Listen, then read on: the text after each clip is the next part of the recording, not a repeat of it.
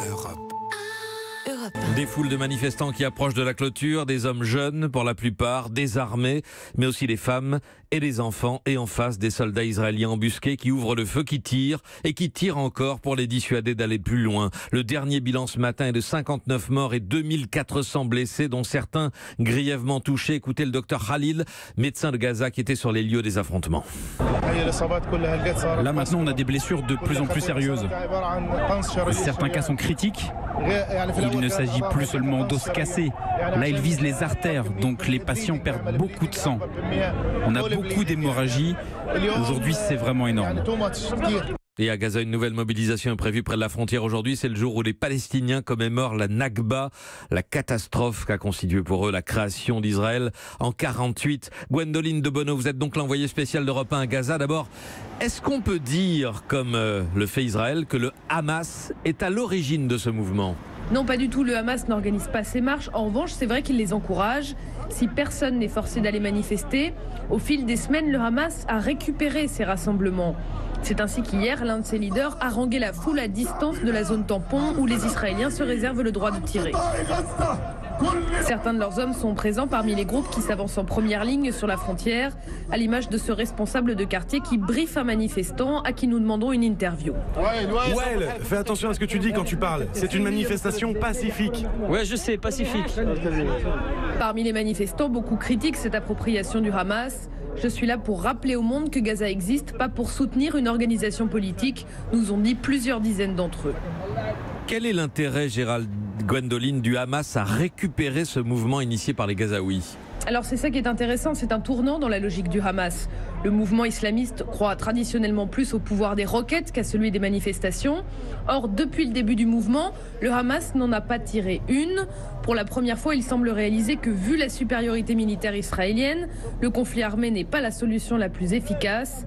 C'est ce qui transparaissait dans les mots de Yahya Sinwar, le chef du Hamas à Gaza. Il s'adressait à la jeunesse lors d'un meeting. Qui aurait pu s'imaginer que le peuple de Gaza, affamé depuis 11 ans, que la jeunesse bloquée à Gaza aurait été capable de créer ce miracle? Ils nous demandent qu'est-ce que vous allez faire maintenant? On leur dit il y a un tigre dans la bande de Gaza, il est affamé depuis 11 ans. On leur dit clairement qu'aucune force ne sera capable de faire rentrer ce tigre dans sa cage. Le Hamas voit en fait dans ces manifestations la possibilité d'obtenir de la part d'Israël un allègement du blocus. Et pour le mouvement islamiste, il y a urgence. Urgence ? Quelle est l'urgence du Hamas à Gaza ? Eh bien, le Hamas est aux affaires depuis 11 ans ici et Gaza est aujourd'hui un territoire à l'agonie. Il n'y a plus d'argent, plus d'emploi, pas d'eau potable. Les jeunes ne rêvent que de partir. Résultat, il y a une colère qui s'exprime ici contre le Hamas. Le mouvement doit donner de l'air à Gaza. Ses responsables le savent. Le Hamas joue sa survie. Gwendoline de Bono, l'envoyée spéciale d'Europe 1 à Gaza pour l'enquête du 8h. La condamnation internationale est quasi unanime. Seul Israël et les États-Unis rejettent donc la responsabilité du massacre sur le Hamas. Hier soir, Emmanuel Macron a explicitement condamné les violences des forces armées israéliennes et réaffirmé la désapprobation de la France contre la décision américaine d'ouvrir une ambassade à Jérusalem. Le Conseil de sécurité de l'ONU se réunit cet après-midi. L'actualité à l'étranger aujourd'hui, c'est aussi Vladimir Poutine qui va inaugurer un gigantesque pont reliant la Russie à la Crimée qu'il a annexé il y a 4 ans. 19 km, 4 voies, 3 milliards d'euros et un chantier confié au milliardaire Rothenberg, partenaire de judo de Poutine. Europe 1, il est 8h05. Un an à Matignon, Édouard Philippe a été nommé Premier ministre le 15 mai 2017. Promotion improbable quelques semaines auparavant et même complètement invraisemblable pour l'intéresser lui-même quelques mois avant l'élection présidentielle. Voilà ce que disait Édouard Philippe en novembre 2016. Macron, qu'est-ce qu'il fait? Alors, peut-être qu'il essaie de gagner l'élection présidentielle. Ça m'étonnerait qu'il la gagne. Franchement, je n'y crois pas le début du commencement de la moitié d'une seconde. Bon. Macron n'a jamais été candidat nulle part, à rien du tout. Trump non plus à la fois. Trump non plus, vous avez raison. C'est vrai, mais Trump il gagne sur un refus crasse de l'intelligence et de l'élitisme. Ce qui est sans doute le créneau que Macron va choisir, mais enfin quand même j'ai un petit doute. Non, moi je pense qu'il aura pas, il a un espace difficile aussi Macron. Sauf Après, je ne peux pas être totalement définitif, sauf séisme inconcevable au deuxième tour de l'élection présidentielle, sauf, il doit se passer plein de choses, j'en sais rien. Pas le début du commencement de la moitié d'une seconde que Macron puisse gagner la présidentielle. Extrait du deuxième volet du documentaire Édouard Philippe, mon pote de droite, qui sera diffusé ce soir sur France 3. Et il y aura une fête d'anniversaire ce soir dans un bar parisien du 10e arrondissement avec les ministres, les parlementaires et les cadres de la majorité. Édouard Philippe devrait y prendre la parole alors qu'il y a 15 jours sur Europe 1, il expliquait que les célébrations, ce n'était pas son truc. Air France en salle de transit, réunion du conseil d'administration de la compagnie ce matin, 11 jours après le vote des salariés et la démission du PDG Jeanne Ajax et l'ancienne ministre du Travail d'Alain Juppé, Anne-Marie Couder, qui devrait assurer la transition et tenter de rétablir le dialogue social. Mission très compliquée dans une entreprise fracturée et souvent pessimiste. Reportage auprès des salariés d'Air France à Roissy, Pauline Jacot. Juste à côté des pistes de décollage entre deux vols, steward, hôtesse et pilote tentent de décompresser. En uniforme, valise à roulettes à la main, Caroline, comme beaucoup, se sent perdue pour la première fois dans cette entreprise où elle travaille depuis 10 ans. Je suis angoissée, j'ai pas envie de partir en vol. C'est très difficile d'aller travailler dans ces conditions. On comprend pas que le dialogue soit aussi inexistant. C'est long et c'est dur pour le moral, donc moi comme tout le monde, enfin certains, nous sommes désabusés.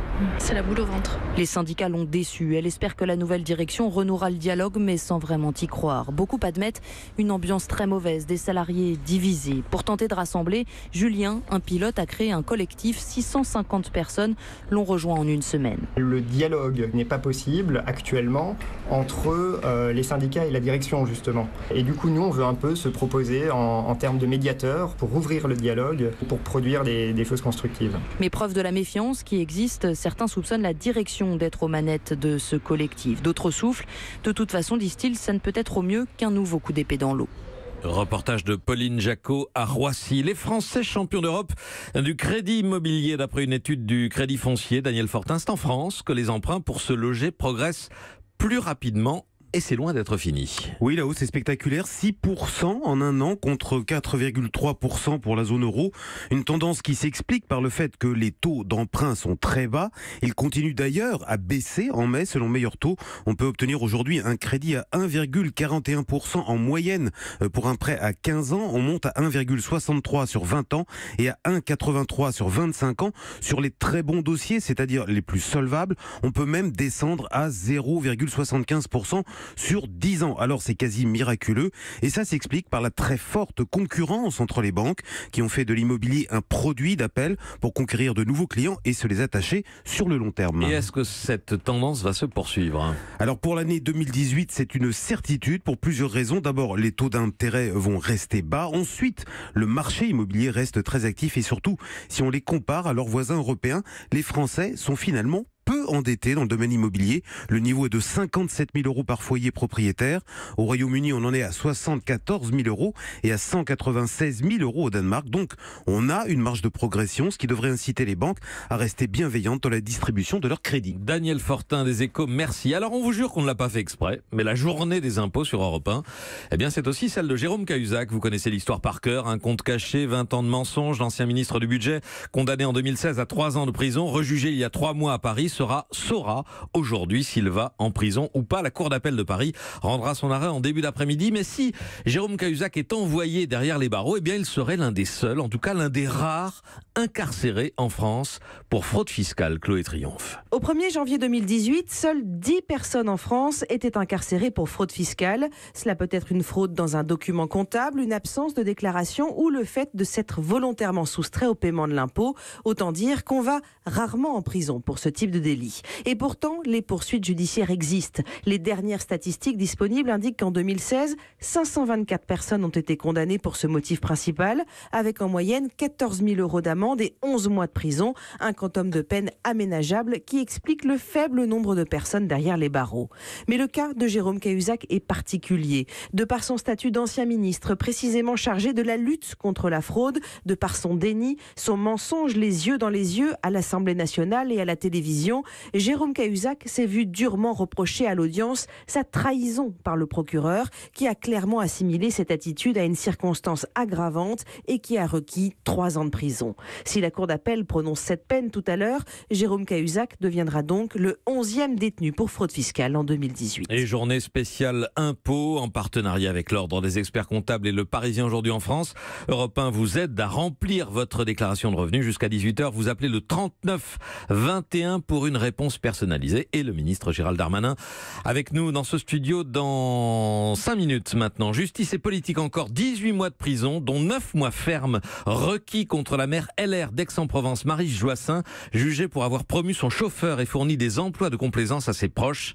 Jugement attendu le 18 juillet. Europe 1, 8h11. Une bataille sociale, des emplois, des vies en jeu, des vrais gens qui se bagarrent pour eux-mêmes et leurs familles. C'est au cinéma et c'est à Cannes. Irruption de l'actualité en plein festival avec la présentation aujourd'hui du nouveau film de Stéphane Brisé qui avait déjà signé La loi du marché il y a 3 ans.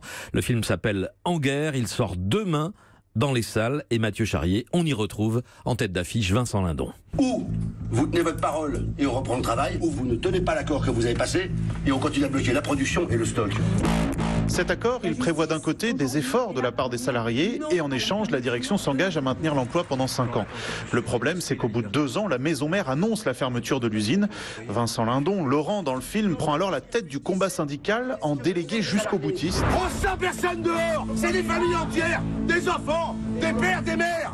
Il mobilise les salariés, les politiques et même la justice qui va pourtant donner raison à la direction. Vincent Lindon est le seul acteur professionnel dans ce film dont la force est qu'il ne prend pas parti. Tout le monde a la parole dans ce film. Quand les patrons prennent la parole, ce qu'ils disent est extrêmement sensé. Et pendant qu'ils le disent, on se dit mais oui, mais ils sont drôles ces syndicalistes et ces ouvriers. Ils ont raison les patrons. Mais dès qu'un autre répond en face, on se dit oui mais attends, c'est intéressant aussi ce qu'il dit. On peut être deux à avoir raison et pas s'entendre. Une fois de plus, le réalisateur Stéphane Brisé s'est basé sur des faits vérifiés pour construire cette plongée hyper réaliste dans un plan social, à la limite même du documentaire, tant la mise en scène est dépouillée, mais juste. Un film qui prend une résonance toute particulière dans le contexte actuel et qui devrait remuer une croisette un peu endormie. Au Festival de Cannes, Mathieu Charrier, Europe 1. Mathieu Charrier qu'on retrouve pour le journal de Cannes tout à l'heure à 9h sur Europe 1. Un mot pour vous signaler la mort de William Vance, dessinateur belge de BD, co-créateur avec Jean Van Hamme de la série culte 13. Il avait 82 ans. Dans un instant, le ministre de l'Action et des Comptes publics, Gérald Darmanin, sera notre invité sur Europe 1. Europe 1.